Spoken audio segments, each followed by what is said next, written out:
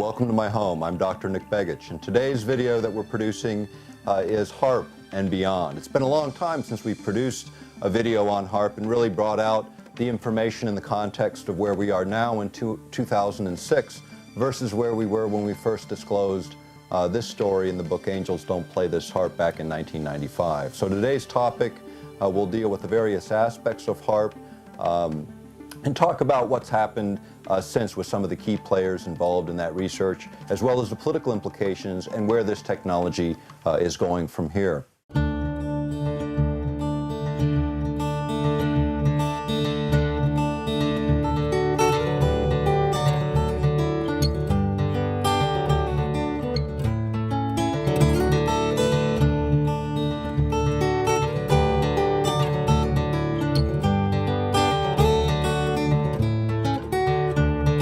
This may be the first time that you've seen a video or gotten familiar with any of our work, so I want to give you a little bit of background on me. I'm Dr. Nick Begich. I have a doctorate in traditional and complementary medicines.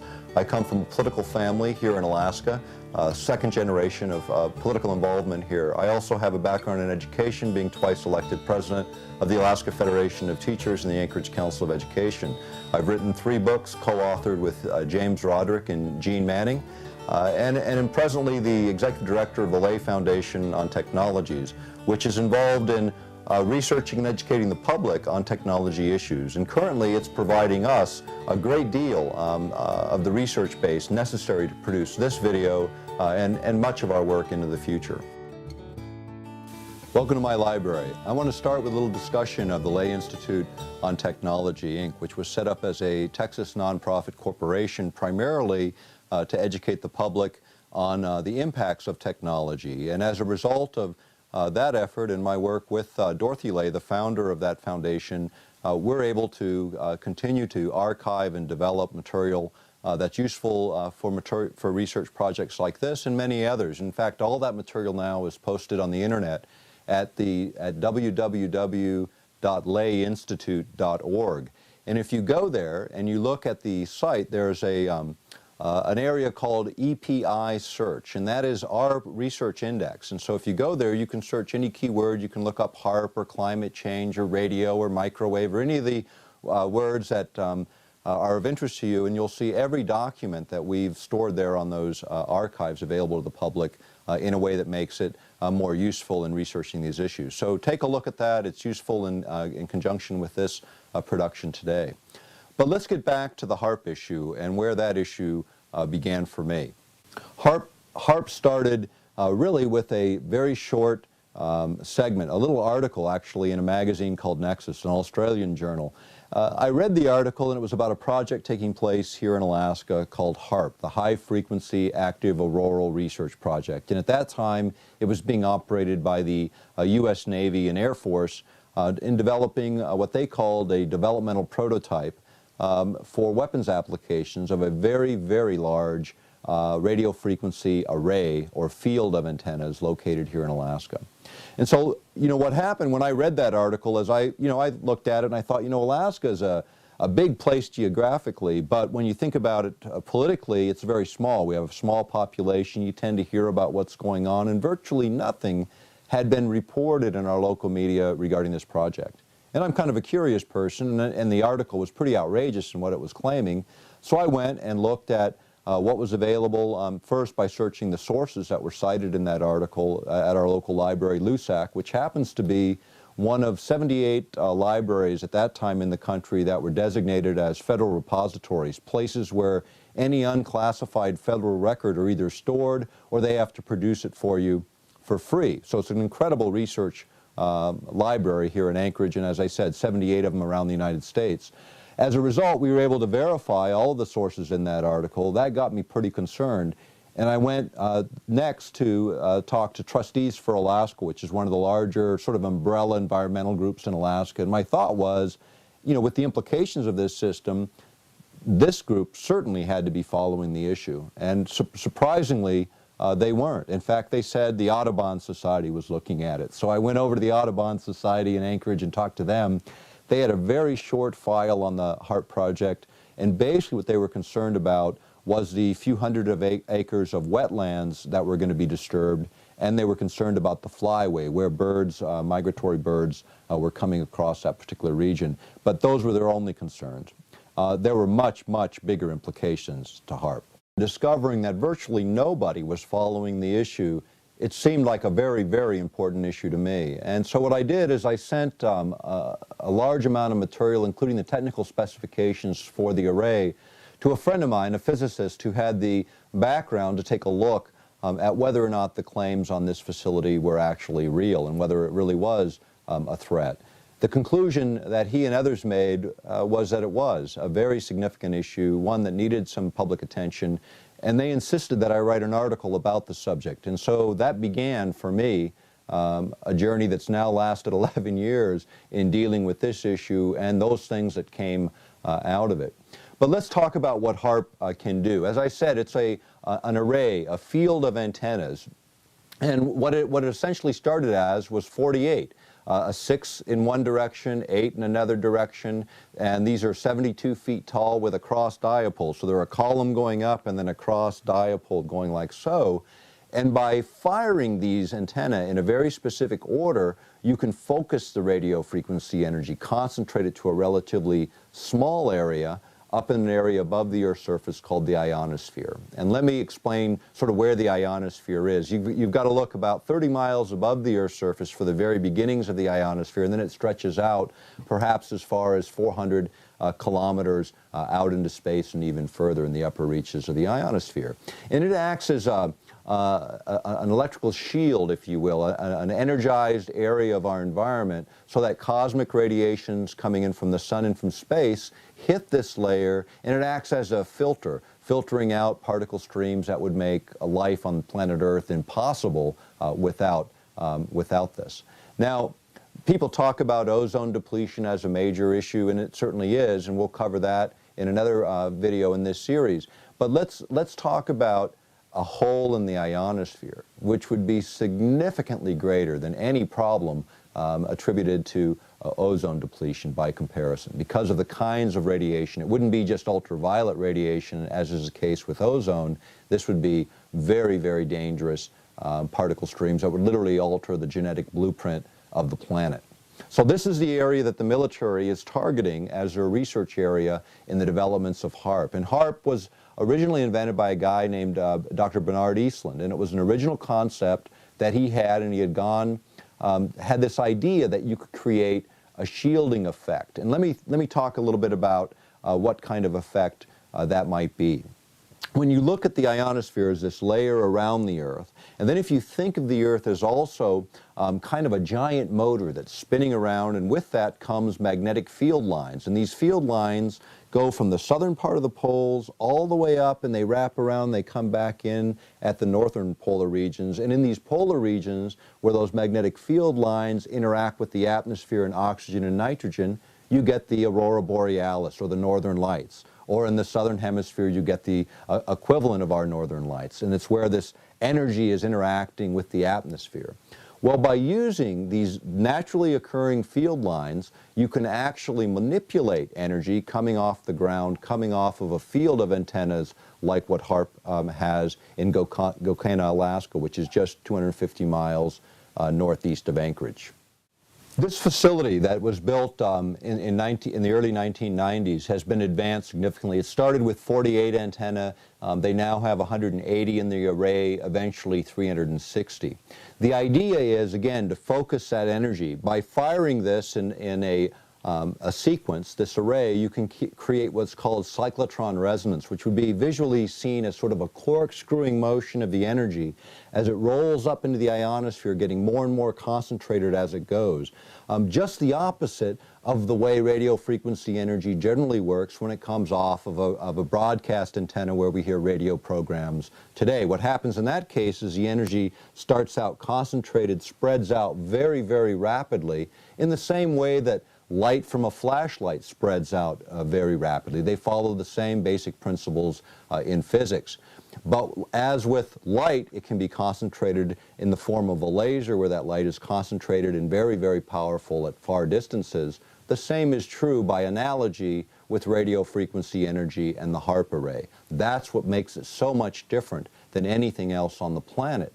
The upper limits of the array in terms of effective radiated power, which is not the input power, but it's the effective radiated power, how that energy actually relates in the environment. In this case, the desired level is 1 billion watts of effective radiated power, a huge amount of energy. And being able to manipulate that energy in a variety of ways for weapons applications. Now, why would they locate a facility like this in Alaska? You remember when I was talking about those magnetic field lines surrounding the Earth? The idea was that if you could send cyclotron resonance, this energy coming off of the radio frequency array, this radio frequency energy in this form up to those magnetic lines of force, they'd corkscrew themselves around them. And instead of the energy flowing north to south, the energy would be using that as a waveguide to go from north to south, the opposite direction. So in this case, what then happens is, as you energize these field lines around the planet, any object passing through them would encounter a huge amount of energy that would disrupt the avionics, the electronics that control the flight path of intercontinental ballistic missiles or anything else in the region, including satellites, low-orbiting satellites, and the like. So the idea was to create this shield. That was number one. The amount of energy that was required was huge. So Dr. Eastland went to ARCO. At that time, Atlantic Richfield had huge natural gas resources on the North Slope of Alaska, ideally suited, according to Eastland's patents, for exploitation for this technology, because natural gas supplies would allow the conversion to electrical energy using magnetohydrodynamic generators, called out in Eastland's patents. And then from there, that electrical energy could be fed into this huge array and then sent up to the ionosphere for the various weapons applications.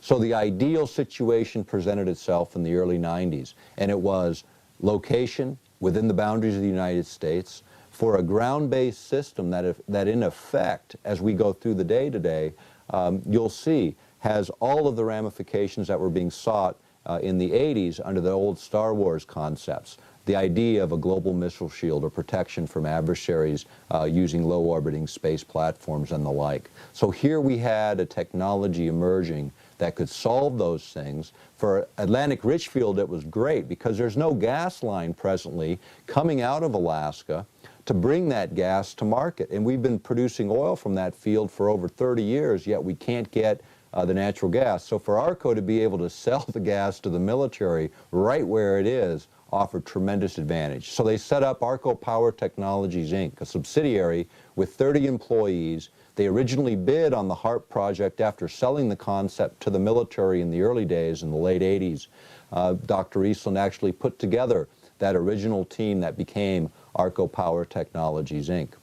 Now what they did as a subsidiary, they had no track record of military contracting. They had really no history at all. They bid for the HAARP construction and applications on that project and won. And who did they bid against? Raytheon Corporation, for one. Raytheon at the time was the 44th largest company in the world, according to Forbes magazine. And they were the inventors of things like the Patriot missiles and some of the new active denial systems being promoted today. In other words, they had real weapons applications and histories, yet this little subsidy, ARCO Power Technologies, won the contract. Now, in public procurement, the way you win those contracts is actually through what's called proprietary information. Certain companies are given extra points and advantage if they hold the technical knowledge necessary to carry a project out. In this case, ARCO Power Technologies, Inc. own those 9 critical patents associated with the HAARP program. And those are cited in the book Angels Don't Play This HAARP, along with over 300 military, academic, and mainstream media reports on HAARP. So that's the place if you really want that detailed source material. Get the book, take a look at the bibliographical indexes, also look at the Lay Institute site. The fact is, what happened in all of this development was this excitement from ARCO, because here it was. They were going to make money on gas they could never make money on before. But what happened is the company went through some controversies, some changes. Company eventually sold. Actually, ARCO's no longer here. But the company itself, the subsidiary, was later sold to another organization called E-Systems. And E-Systems was the subject of Washington Post reports back in the early 90s. They predominantly were, at that time, were a $2.1 billion company with the vast majority of their income derived from what are called black projects, projects so secret even the U.S. Congress doesn't know what they're funding. And the citations regarding that are also in the book, Angels Don't Play This Harp. The point is, this company ends up with the patents and the subsidiary. And what did they do?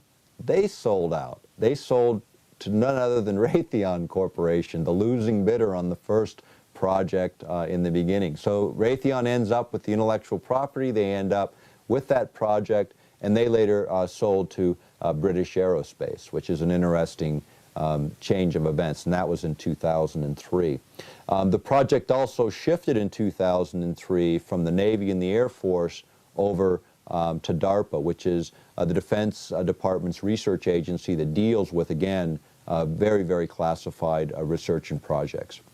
But let's go back to what does HAARP really do? Okay, so we've talked about how it focuses energy, but what would you do with that energy when you focus it?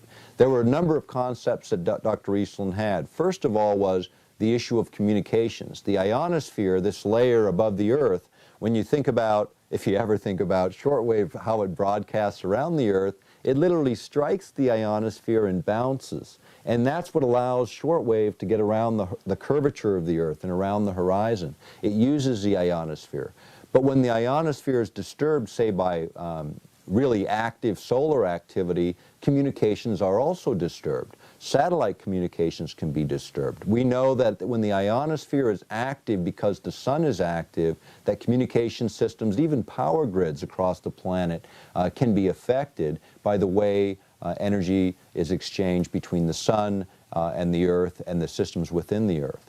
So knowing about the ionosphere and controlling it becomes extremely important for communications purposes, and we can all see why the military would be interested in that. What they found is that they could disturb the ionosphere to such an extent using these kinds of systems that they could deny everyone else access to their communication systems. But by controlling those modulations and by controlling those pulse frequencies affecting the ionosphere, they could carry their own communications while denying everyone else access to theirs. Now again, if you can communicate with all of your aspects of your military and you can deny your adversary the ability to do that, we can certainly see the advantages of exploring that whole area. And that doesn't in itself present problems. What presents the problems is when we start manipulating this very important aspect of our environment without really knowing what the long-term consequences of those manipulations might be. Now let's talk a little bit about some of the other applications, because this is sort of a very versatile instrument in terms of how it can be used. And it essentially covers, according to one study that was done by the University of Maryland, it was an executive report for the Congress, and what they did is they looked at sort of what parts of the spectrum could you affect. And everything from ultra-low frequencies to visible light can be affected, which covers 16 decades of frequency, which is a huge, huge range. For those that are technically oriented. Now HAARP actually operates with its primary frequencies in a little narrow band in the middle of that range. But by manipulating that energy, they can affect this entire range of spectrum. And that's one of the key elements of HAARP. It's not just what it can do in its primary mode of operation, but by pulsing and then modulating a signal on that carrier, you can create much, much different effects. One of the other effects that Dr. Eastland pointed out in his patent was the idea of being used for over-the-horizon radar. Now this is really interesting because the old technology for the over-the-horizon radar, as things got in close, things would become very distorted so you couldn't see them. And you could really only see things at pretty high elevations. You couldn't see things, for instance, like cruise missiles coming in at those very low ground elevations. With the ability of HAARP and over-the-horizon technology that it offers, you get everything from intercontinental ballistic missiles, those things coming in from, literally coming back in from space, re-entering the atmosphere, all the way down to cruise missile heights, things coming out at a few 100 feet above the Earth's surface and following its contours. And you don't get distortion when it gets close in. Again, we can see the advantages of doing that For that application, you actually need 2 transmitters, and Alaska does have 2. High Pass, located just outside of Fairbanks near the Poker Flats Rocket Range, which is a small array, and then the larger array at Gokana, Alaska, which is again 250 miles northeast of Anchorage. Now there, what you can do then is you can literally energize an area of the ionosphere, and it creates what's called a cold plasma, or layer of energy that acts like a reflective mirror. And by moving it around and steering it, you can then send a signal from the other transmitter and bounce it over the curvature of the Earth. So you get this over-the-horizon effect. If you use, again, one of the other patents in this cluster held by Arco Power Technologies, Inc., is a gamma ray detector designed for satellite-based applications, and utilizing first the HAARP system to create a unique energy pattern around each of the incoming objects. Then using gamma ray detectors based on satellites, they could actually determine which of those incoming objects carry nuclear payloads and which ones are simply decoys. Extremely important, because in all nuclear scenarios, except for those by rogue states, we envision 100,000 incoming objects, of which only perhaps a few hundred actually carry nuclear payloads. Now, we don't have the capability of knocking out all of those objects, but if we could isolate the real threats, those that carry nuclear payloads, then obviously an advantage is gained there.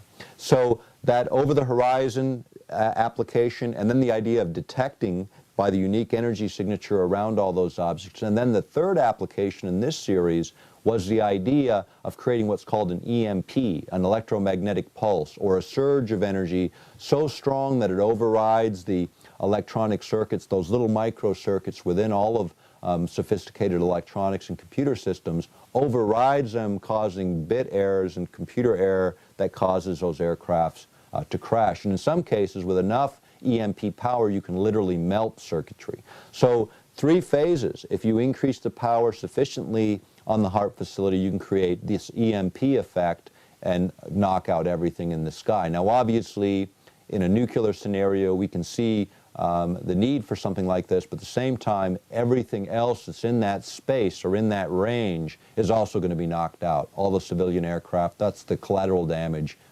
in such an event, and if we were to use such technology. Now, Alaska is the place where the new system for missile defense is actually being constructed. Let's get back to the issue of missile defense for just a moment, because this is an extremely important aspect of the whole HAARP story, because this is really where it began. You know, when you go back to '95, when we were first publishing on the subject, you know, Gene Manning and I wrote the book Angels Don't Play This HAARP, really as a beginning point to get public debate on the issue.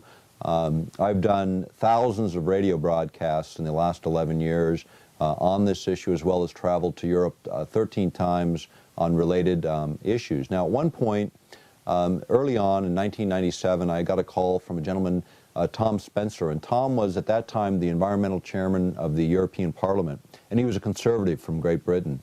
And Tom asked me a lot about HAARP, wanted the information. Apparently someone here in the United States who had heard us on radio, gotten a copy of our book, had forwarded it on to him, and it got his attention. Now, when he made inquiries into the British military about HAARP and related technologies, the answer he kept getting from them was, Tom, stay out of this, don't get involved. And for Tom Spencer, that was really the wrong answer. In fact, it was his ticket to the dance, because it got him very involved in this issue. We began a dialogue, and he brought myself and a friend of mine, a physicist, over to actually Brussels, where we were able to meet with him and other parliamentarians and others involved in military-related issues. And we also were able to form an association between the Greens, the Social Democrats, and the Conservatives around the HAARP issue, largely because of the work of Tom Spencer. Now, in the interim, several things started to happen. Tom brought us into a couple of different venues, and I want to tell the story because it's a big part of sort of how this thing started to shape. He brought us in to a number of venues, and the first one was one on Arctic issues by the organization called GLOBE, and this was an organization composed of 200 federally elected or nationally elected legislators from 44 governments from around the world, dealing primarily with environmental related issues. And this was an opportunity to talk about HAARP within that forum. Right after our presentation, we were approached by members of the Russian Duma. Now, this is going back to 1997-98 time frame. They approached us, were very interested in the issue because Russians actually, the Soviets back in the 70s, had utilized very similar systems. In fact, if you go back, there was a signal that was reported by shortwave broadcasters as the woodpecker signal, and it was this irritating noise that they would pick up on shortwave broadcasts. They triangulated the positions back to 5 transmitters in the former Soviet Union that were responsible for creating those signals. Those were the early predecessors to HAARP, and we'll get back to that in a little bit. But in the European Parliament, Tom Spencer then became chairman of the Foreign Affairs Committee, the most powerful committee, or one of the most powerful in the European Parliament. He then was able to bring us back to testify in the Security and Disarmament Subcommittee of the Foreign Affairs Committee on the issue of HAARP. And what eventually happened is several sections were included in a European Parliament resolution on disarmament, specifically addressing the problems associated with HAARP. And what we were able to demonstrate there are many of the applications and uses by presenting non-classified military documents as well as the planning documents from the facility, and in tracing and showing the history of this facility. The Europeans acted, as did later the Russians in 2002 when they passed their own similar resolution. The problem, going back to that testimony in the European Parliament in February of '98, was one issue that we raised where they had strong objections. And we had said in that hearing that the United States would unilaterally abandon the ABM treaty, the Anti-Ballistics Missile Treaty with the former Soviet Union, considered one of the anchors in world peace globally by Europeans and our traditional allies as well as our adversaries. The idea that we would abrogate that without cluing in our traditional allies in Brussels and throughout Western Europe, they just couldn't accept. The fact is, we had said it would happen within a year. We were off by 3 months. It was 3 months later that the United States began their moves, which eventually led to the abandonment of that treaty. This was done under both the Clinton administrations and the Bush administrations. Even though Clinton had said he would never support this kind of move, he in the end, in fact, did. What happened then is a lot of concerns because we were so right on in terms of our predictions of what was going to happen. We even gave them the rationale that the senior senator from Alaska, Ted Stevens, would use, which was, there is no Soviet Union, therefore there is no treaty. That's what he said on the floor of the United States Senate in the prelude to the abandonment of that treaty. This is a problem, and it has been a problem for our European allies, and probably was one of the most significant points of disembarking from a policy of cooperation, because when you think about it, they really should have been clued in. Parliamentarians should have been part of a dialogue that involved something so strategically important to them, our traditional allies, our NATO allies, the abandonment of a fundamental treaty. The other issue, going back to HAARP, that was raised in the hearings was this whole issue of how else would it be used, what are the implications environmentally, etc. And you know, we were supposed to have a 15-minute presentation. They actually gave me an hour and a half to present on these issues because of the ramifications of HAARP. They later issued a report that didn't just include the ramifications of HAARP, but all of these systems associated with it, and this whole direction in technology that's taking place today, of which HAARP is just a small part. But let's get back to some of the other applications of HAARP and some of the other things that it can do. One of the other applications that came up early on was the idea of what's called Earth-penetrating tomography. Let me make that really simple. By analogy, it would be like X-raying the Earth or looking into the Earth several kilometers or several miles deep to look at underground structures for mineral deposits, nuclear facilities, tunnels, mining facilities, all those kinds of things can be detected by Earth-penetrating tomography.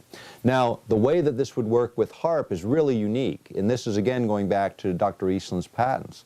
By sending this energy up, this focused energy up to the ionosphere, what they can do is they can pulse the energy, so it acts like a punch. So it's punching the ionosphere with this force that causes the ionosphere to vibrate in resonance, in harmony with this signal on the ground. So, for instance, in Norway, where they have one of these facilities operating, they were able to play Wagner in a way that got the ionosphere to literally vibrate to Wagner, as an example. In the low frequency range, extremely low frequency range, the ELF range, it sends a signal back to the Earth, and ELF signals are very long wavelengths. And what they do is they penetrate the Earth and sea all the way through the Earth and sea. Nothing stops these ELF signals from penetrating. Unlike the shorter wavelengths, the millimeter and centimeter wavelengths of other communication systems, microwave systems, and so on, these don't penetrate very deep, so they can't get down to, say, submarines at depth. So the way we communicate with submarines around the planet is we use 14 to 26 mile long antennas buried under the ground that create these ELF signals. They're in Michigan and Wisconsin, and some out on the Aleutian chain and other locations around the world. What HAARP offered was a new technology that would literally change the ionosphere. By sending that energy up and pulsing it in, the ionosphere then acts as a broadcast antenna, sending back energy to the Earth in the ELF range at fairly low energy concentrations, approximately the same as what the Earth naturally produces. These signals penetrate the Earth, and their character is measured by instruments on the ground or low-flying objects that can then pick up these signals and then determine exactly what those underground structures look like. In MSNBC, right after 9/11, November 27th, 2001, there was an MSNBC report where they cited HAARP as a useful technology to use in Afghanistan for locating all of those underground facilities and the like. And the reason that they knew it would work in those applications is going back to 1995 and the congressional appropriations under the defense budget in that year. They appropriated $11 million to HAARP to test just that application under the caveat that if it didn't work for Earth-penetrating tomography, or they didn't test that application, it wouldn't get any more funding. Now, they tested the application, and on a program on the ionosphere, on a show called Horizons, aired on BBC TV, a professor from the University of Maryland, Professor Papadopoulos, actually talked about the results of the Earth-penetrating tomography tests with HAARP, where they were looking at underground mining facilities in the area surrounding Fairbanks, Alaska, and were able to determine with 99% accuracy the location of those tunnels when comparing them to the actual maps and surveys of those underground workings. So they proved the technology would work. If you go back to Atlantic Richfield, the oil company that started this whole project, you can see why they would be interested. I mean, if you get a whole profile of the entire North Slope regions of Alaska and other oil-producing regions of the world and know with certainty what's under the ground, great things for their perspective and their shareholders could be gained. In fact, an expert in this area was able to look at that idea, this Earth-penetrating tomography issue, a guy named Brooks Agnew. Brooks Agnew is an interesting guy. He is a specialist in earth-penetrating tomography, and actually there's an article by him posted on my website at www.earthpulse, P-U-L-S-E, earthpulse.com. At that site, you can read the article in detail, but basically what he found is back during the 80s and 90s, he was doing work in earth-penetrating tomography for the oil industry.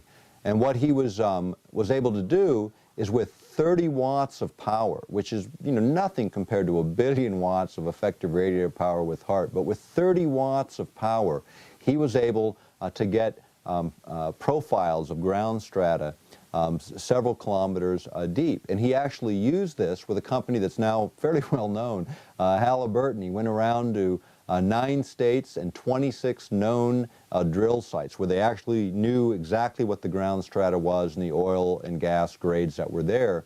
And Brooks Agnew, with his technology, earth-penetrating tomography, was able to determine with 99% accuracy not only the ground strata differentials, but whether there was oil and gas in the ground and the quality of those oil and gas deposits. That is an incredible technology, considering that the method of use was not disturbing in terms of natural systems at those very low power levels. Yet, when you think about oil and gas, those are public resources. Having certainty about where to drill and what to do would certainly change the dynamics of how the industry competitively fought for those resources, and would have huge implications in the economies of the world. But the point of the matter is that technology is not being used for mineral exploration today. It's being used primarily for military applications, as is the case with HAARP.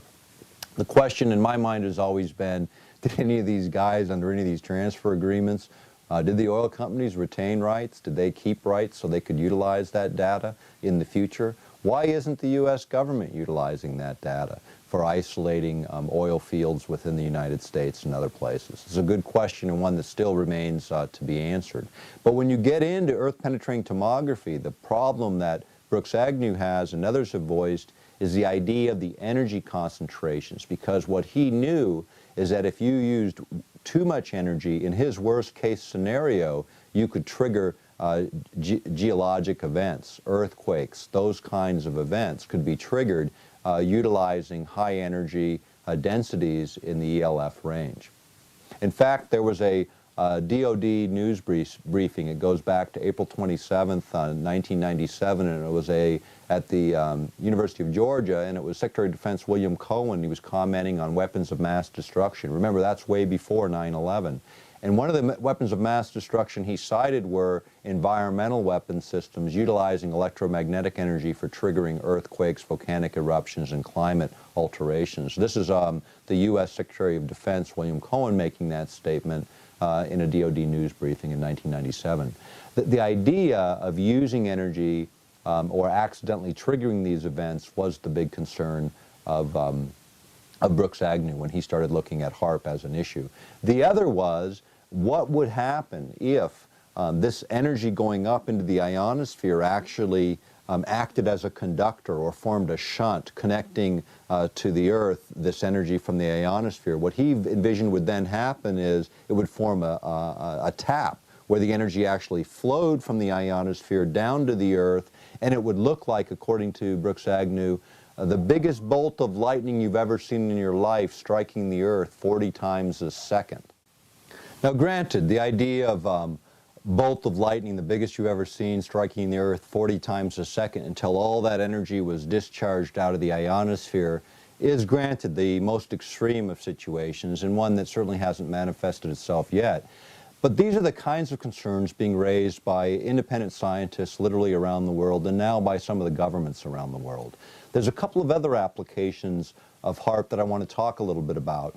The first one, and these are the two probably the most controversial areas of HAARP. The first one deals with the idea of manipulating weather systems. And this is a very important issue because, again, you're dealing with concepts that have been attempted over the years. In fact, these days you've actually got the United States Congress, two bills pending, one in the Senate, one in the House, to create a commission for review of weather modification technology, because commercial interests are now advancing them along with other militaries from around the world. So you've got economic interest interested as much as the military in controlling weather outcomes and climate outcomes for obvious advantage and reasons.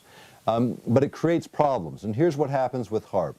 HAARP is also capable of, in fact, the early versions were called ionospheric heaters because they literally would heat the ionosphere. And when you think of this area being heated, it's about 30 miles in diameter above the facility itself. And when you heat the area up by affecting this region, you literally push it up. So it goes up and out into space perhaps as far as 200 kilometers. Instead of being 30 miles above the Earth's surface, now you're almost a couple hundred miles potentially out into space with this column, and the lower atmosphere below rushes in to fill that space. Now what happens then?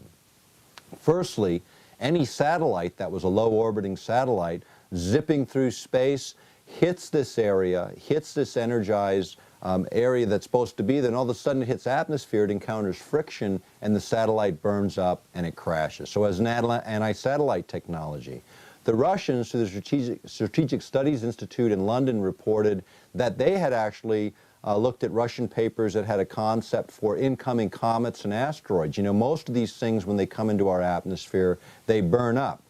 Because you've got this 30 miles where these objects are coming in at such high velocities, they encounter the friction, they begin to burn up and they break up and nothing ever hits the Earth. But big objects make it to ground and big problems can occur accordingly. But think about, instead of 30 miles, having maybe 210 miles of range and distance of atmosphere to break up those incoming objects. Much larger objects could be destroyed in that way. That was some of the research that the Russians had done utilizing the technology of their heaters back in the 70s. Now, that all is interesting in and of itself. Anti-satellite technology, the idea of what else happens when you burn that hole in the ionosphere, is all of those particle streams, again, come in to fill that space. You know, very, very important situation. Now, granted, it's continually energized by the sun and by the activities of the planet in terms of our geomagnetics, but how long they leave it open, what occurs, those are things that are not being looked at by the biological scientists that ought to be affiliated with this program. So we really understand the implications of what's happening.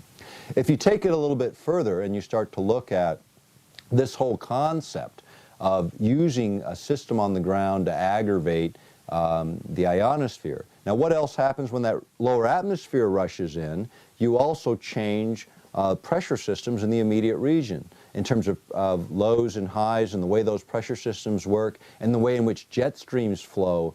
By altering the flow of jet streams, by altering the way the atmosphere is located within an area, that's where you can get these huge, huge problems. Back in the 1977, the United States ratified a treaty where we agreed to not use environmental manipulation as a weapon of war, whether it be to create earthquakes or tidal waves or volcanic eruptions or disturb the weather.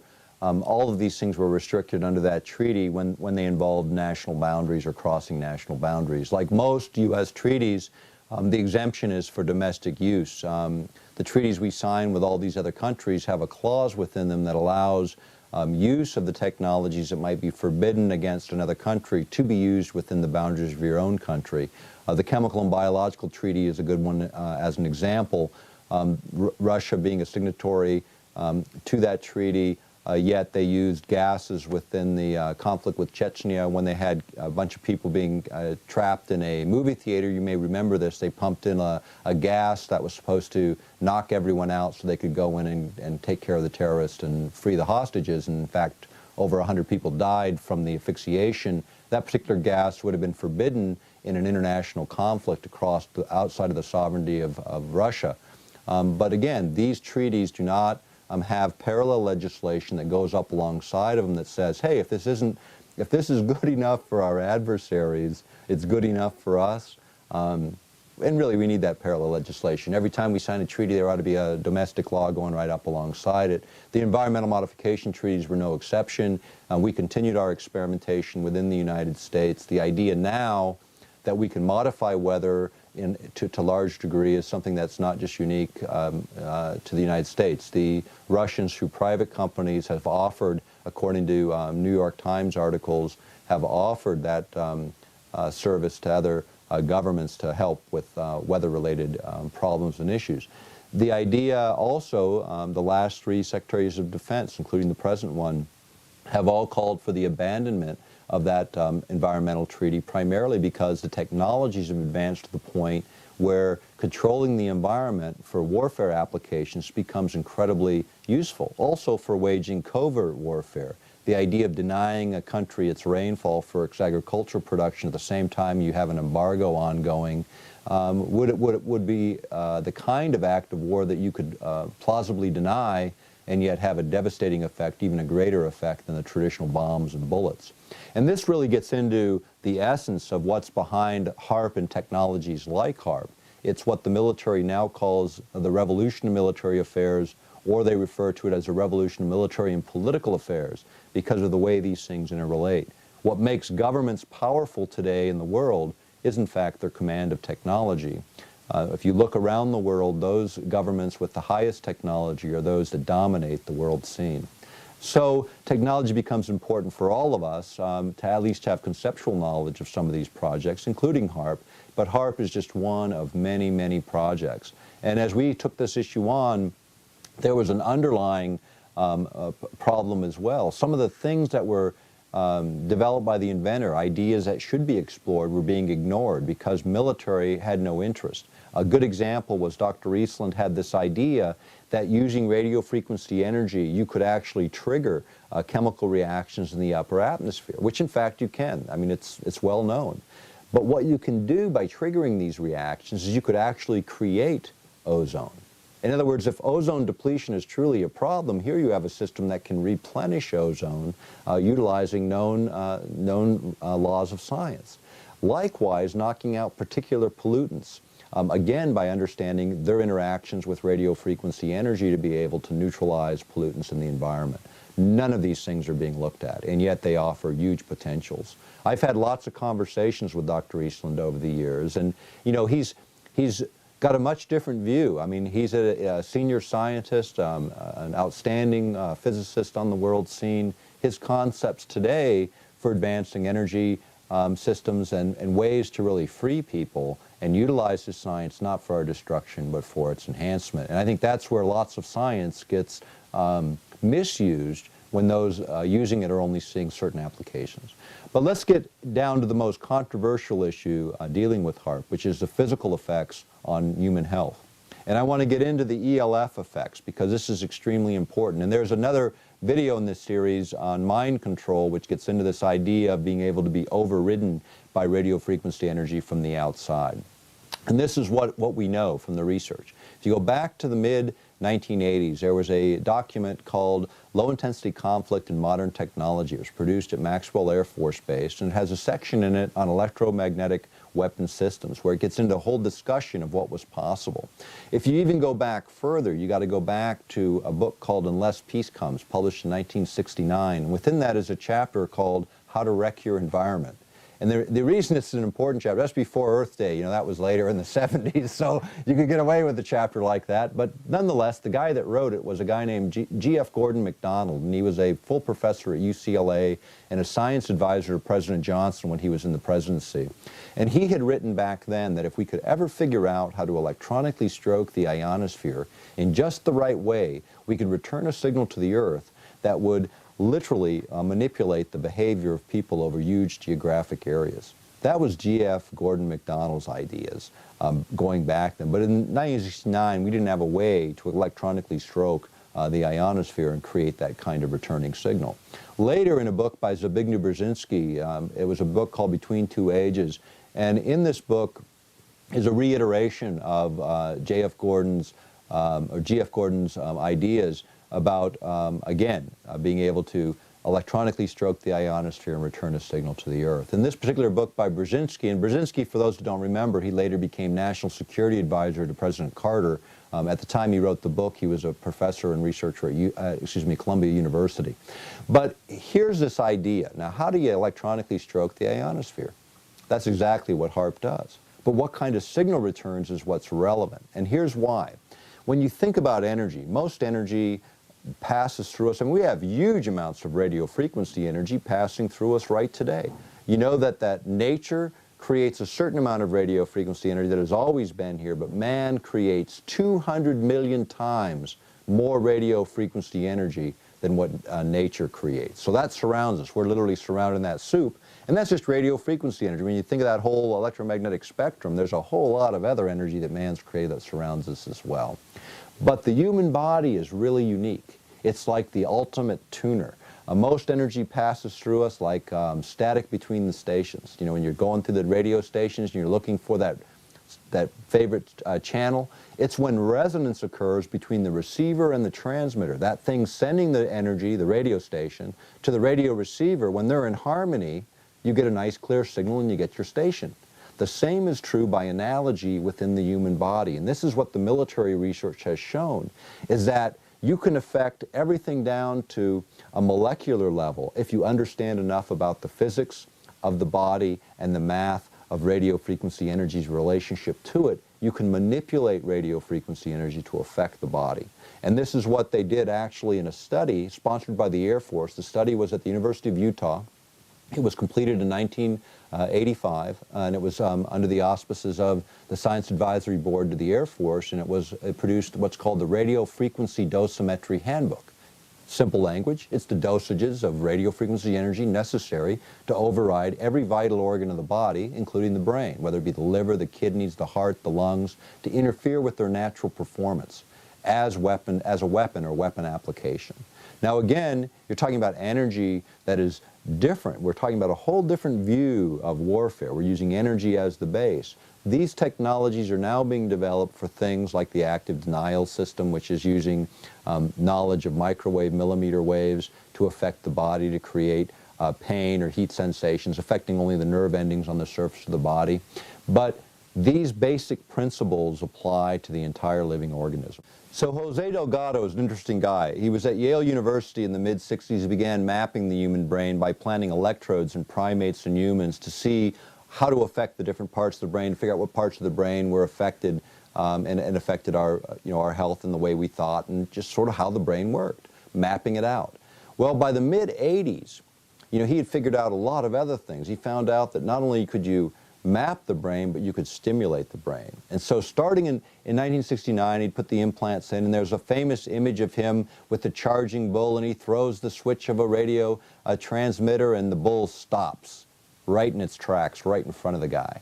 And in this case, he used an implant that affected the bull in a way that caused it to stop. Now, what he found by the mid-80s is he didn't need any implanted technology whatsoever. All he needed was radio frequency energy, modulated and pulsed in just the right way to carry a signal. And what they found is it took only 1/50th of what the Earth's natural radio frequency energy level was to affect us dramatically. And with the case of primates and humans, making them lethargic or passive, almost asleep, to highly agitated and awake, back and forth, like throwing a light switch, on and off, on and off. No implants, no physical contact, using radio frequency energy, 1/50th of what the Earth naturally produces.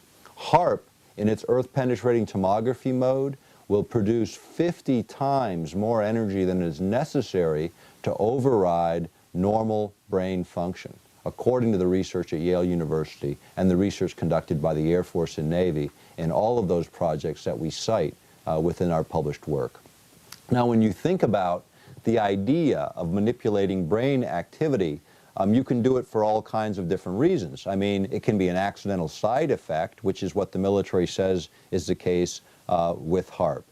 But the question of side effect or deliberate effect really takes us back to this issue of human manipulation. Is it possible? And let's talk about that a little bit more in depth.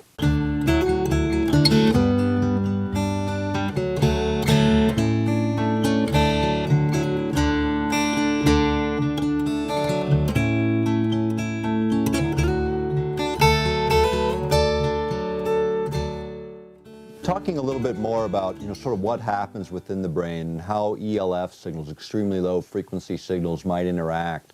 If you look at an EEG and you look at what the brain is actually doing, you look at those patterns, what we know is that the brain exhibits predominant brain waves during certain times and during certain activities. In your very deepest states of sleep, for instance, it's 1 to 4 hertz or pulses per second of the predominant ELF frequency within the brain. In that sort of middle stage of sleep where you're actively dreaming but you're kind of consciously awake at the same time, this is the theta range, approximately 4 to 7 hertz or pulses per second.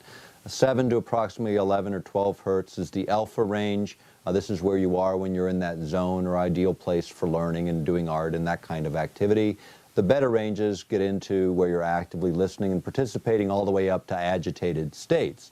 And what we know is that any external signal, whether it be flickering light, or whether it be binaural beat created by sound, or whether it be electromagnetic energy being pulsed through the body, or radio frequency energy, all of these things at the right pulse rates can override normal brain function and change the way our brain chemistry then looks, because it starts with the energy interactions that then create the chemical reactions that then create changes in our behaviors. So the idea of accidentally triggering these kinds of events or deliberately doing it, as was discussed by Zbigniew Brzezinski and McDonald, the idea that you could literally do this and affect 70 or 80% of the population within a large area.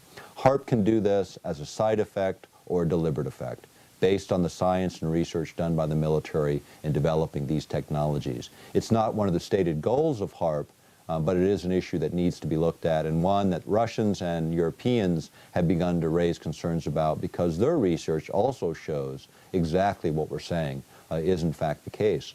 The problem with technology and the directions in which it's going when you consider things like HAARP is we're getting away from the bullets and the bombs and ordnance and going to energy-based technologies. Now, energy-based technologies present some unique challenges. Firstly, from the standpoint of really looking at the damage that we create, we affect living systems and electronic systems, but we don't affect the basic infrastructure of countries. You know, we're about to spend $2 trillion in the total expenditures anticipated in Iraq alone.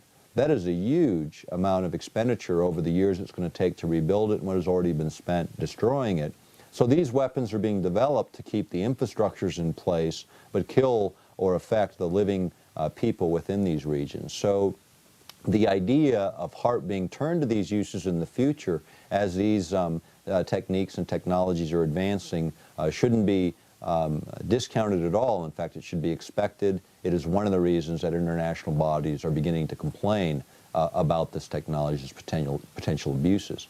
So you've got, when you look at HAARP, a very versatile instrument, from earth-penetrating tomography and earth imaging, affecting weather systems, affecting communications, over-the-horizon radar, global shielding.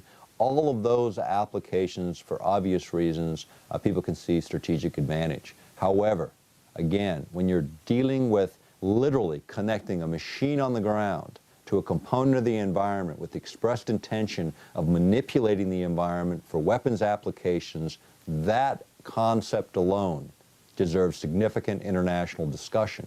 And because it's being generated in this country, in the United States, it should have significant public discussion about the ramifications, not just within our own territory, but around the world. And that's what's missing from much of the HAARP debate.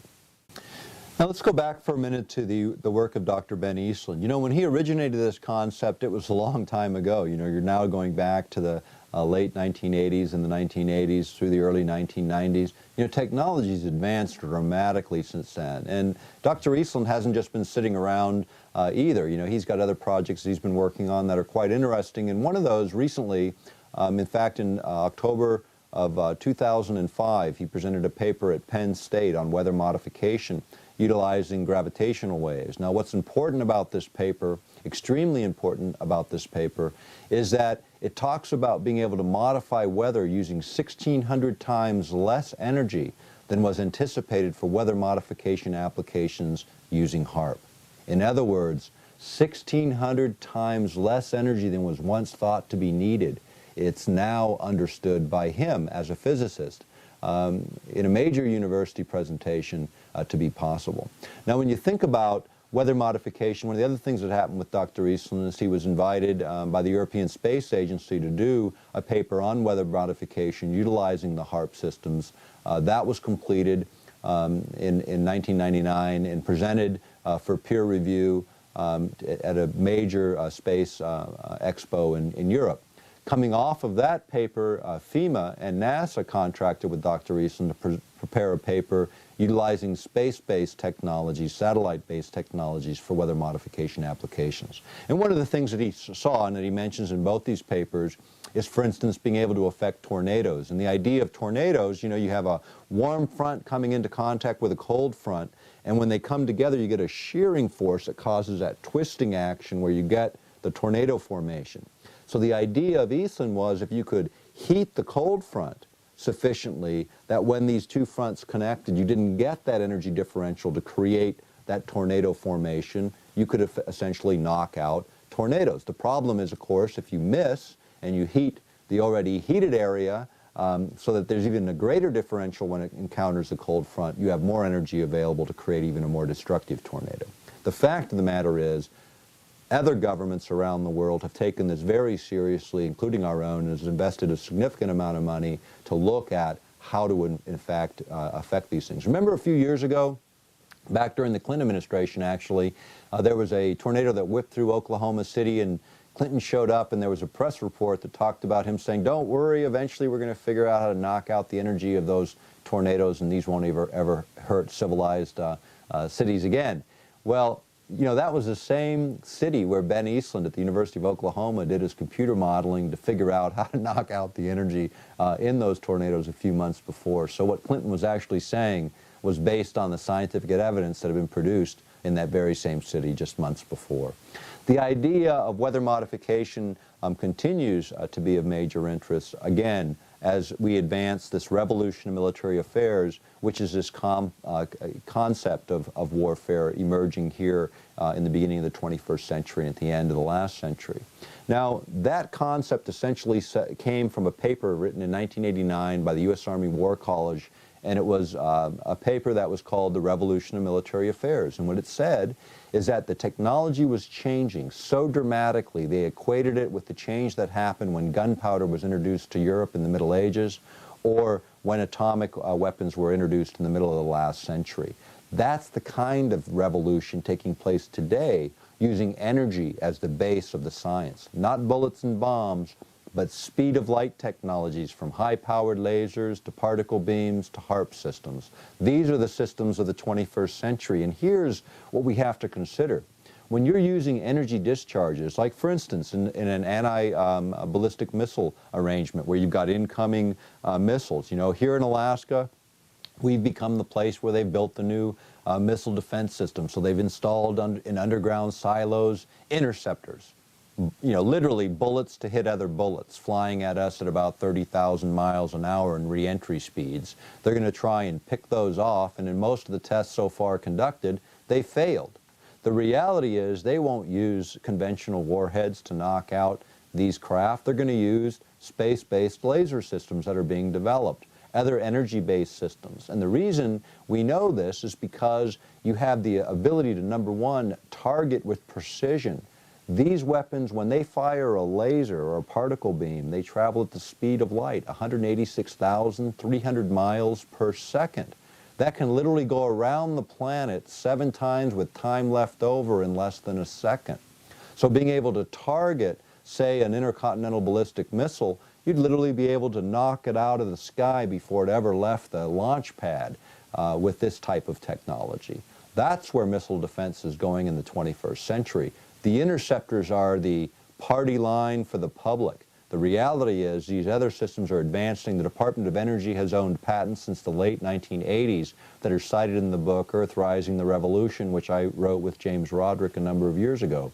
The fact is they've had the technology, they're advancing the technology. HAARP is a part of this advancement, this revolution in military affairs. The other thing that's happening, and where the HAARP issue starts to cross over, is the idea of affecting our physical bodies, affecting our health or our mental states. That is an area of technology that has raised huge, huge controversies around the world today, and is continuing to be raised today because of the implications in 24th century warfare. Now, take the concept of speed of light weapons and overlay that concept on this idea that George W. Bush has introduced as President of the United States, called preemptive warfare. This is the concept of figuring out who your enemies are before they know they're your enemies and wiping them out. You know, it works good when you're the top dog, when you own all the technologies that make preemptive warfare effective. But in the advent of speed of light weapons, weapons that discharge instantly where there is no time to react, is preemptive warfare a concept we want to introduce to the world scene today? China, the largest industrial power emerging on the planet, 13% growth per year consistently, 11 to 13% growth per year, building the largest industrial base, dwarfing the Industrial Revolution of the West of the last century. They're going to be capable of developing these very same technologies. They say, don't worry about the Chinese. They only spend $40 to $44 billion a year on defense, a fraction of what we spend in the United States. In fact, 10% approximately of what we spend in the United States. But if you look at what you buy in China for $44 billion, it's significantly more than we get for all the money we spend on defense within this country. That is the major, major issue. Taking from the brains of 1 billion citizens in a centralized government like China's and isolating those technologists, those future scientists, those engineers that can develop this type of technology is in fact a major area of Chinese advancement according to things being released by our Central Intelligence Agency today. Articles that have appeared in Russian military journals and other journals indicate that they are moving along the same path that we are with as much speed as we are. The problem is, again, the ideologies behind the technologies, whether it's the Chinese government and the Chinese military or whether it's the United States government. Whatever the value systems that drive our technology, they should come from the people and spring forward. That's the nature of democratic republics. That's the nature of democracies. That's what's missing in the evolution of military technologies around the world today, including the United States. One of the other applications of the HAARP technology is the idea of energy transfer from one place on the planet to another. And this is really one of the more interesting ones. It's one of the first tests, in fact, the first test of a small array was to see if you could focus the radio frequency energy in a way where you could take electrical energy, convert it to radio frequency energy, then send it back up into, say, a satellite or a low-orbiting space platform, and turn that radio frequency energy back into electrical energy where it can be utilized as a power source. Now, why this is important as a power source, if you think about it, low-orbiting space platforms, if you could put these low-orbiting space platforms around the planet to utilize energy-based technologies like space-based lasers, you could get closer to your targets, but you have to have a fuel source. You can't just keep sending shuttles up there with energy. You have to be able to get the energy to those low orbiting space platforms. And what they figured they could do with HAARP and systems like HAARP is keep energized space platforms for up to 10,000-hour missions. So literally, indefinitely, keeping objects afloat by continually feeding them the necessary energy they need to recharge and maintain their power levels. The other place where they looked at low-orbiting space platforms is using the ionosphere itself, literally tapping the energy as these space platforms whip through the ionosphere using tethers, long conductors dragging from below, actually picking up power along the way. And you remember the shuttle experiment a number of years ago where they did this with a tether hanging from the shuttle, and such a huge amount of power built up that it almost blew the shuttle out of the sky. The reality is these are all ways of looking at energy-based warfare systems, something that we haven't had in the past. In the 1980s, during the first of Star Wars, these were discounted because you couldn't stabilize satellites to, for instance, fire a laser. And if you get just a little bit of wobble from a distance, the further you go, the further out that wobble becomes. If you're a carpenter, you know that if you start on one side of a house and you're a 1/16 of an inch out, by the time you're on the other side of the house, you're an inch out. Well, imagine from space being a 1/16 of an inch out where you would be. You'd be miles off your target. So space platforms stabilizing became an issue for the 90s, which they actually figured out how to do it, making that type of technology applicable in this century. When you look at the combinations, it's pretty remarkable. One of the other places they looked at an experiment, you remember the shuttle experiment where they unraveled a big mylar reflector, and this was supposedly going to collect solar energy and reflect it so they could use this energy? Well, it just so happens within the patents, solar reflectors were also needed in case of HAARP because of the, again, sending energy up, being able to concentrate it to a relatively small area and then bounce that energy through these reflectors to other parts of the planet where that energy could then be converted back to electrical energy. Now, why would that be important? Anytime you have a war, you need power sources. If you could literally do it wirelessly and get your energy without moving diesel fuel and all of the stuff that you have to move logistically, that becomes pretty advantageous. So wireless transfer of energy became one of these very concepts. Interestingly enough, during the Hickel administration, when he was governor of Alaska, Glenn Olds, one of his, I believe he was a commissioner of commerce at the time, actually had this concept of wireless transfer of energy for remote places in Alaska. So these concepts aren't new, they're just being revisited in light of new technology. HAARP happens to present a bit of that technology as well. Over the years, HAARP has created, quite a lot of controversy. In fact, when you look on, if you do a search under HAARP, H-A-A-R-P on the internet, you'll find thousands and thousands of sources and documents and materials, some of it pretty outrageous, quite frankly, and some of it right on target. Like any issue, HAARP is no exception. It draws a lot of controversy, draws a lot of misinformation to the debate as well. You know, this video was prepared to give a summation of the technology, but I recommend highly that people take a look. Get the book from your local library. Angels Don't Play This HAARP. There's over 350 sources cited in that book that validate all of the things that we've covered today. Take a look when you're looking at these kinds of issues, big issues that can literally change the face of the planet. Look deeper. Make sure that the facts are there. Make sure the information is there. But then get that information to those that can make a difference, whether it's your local political leadership coming out of your own states and your own countries.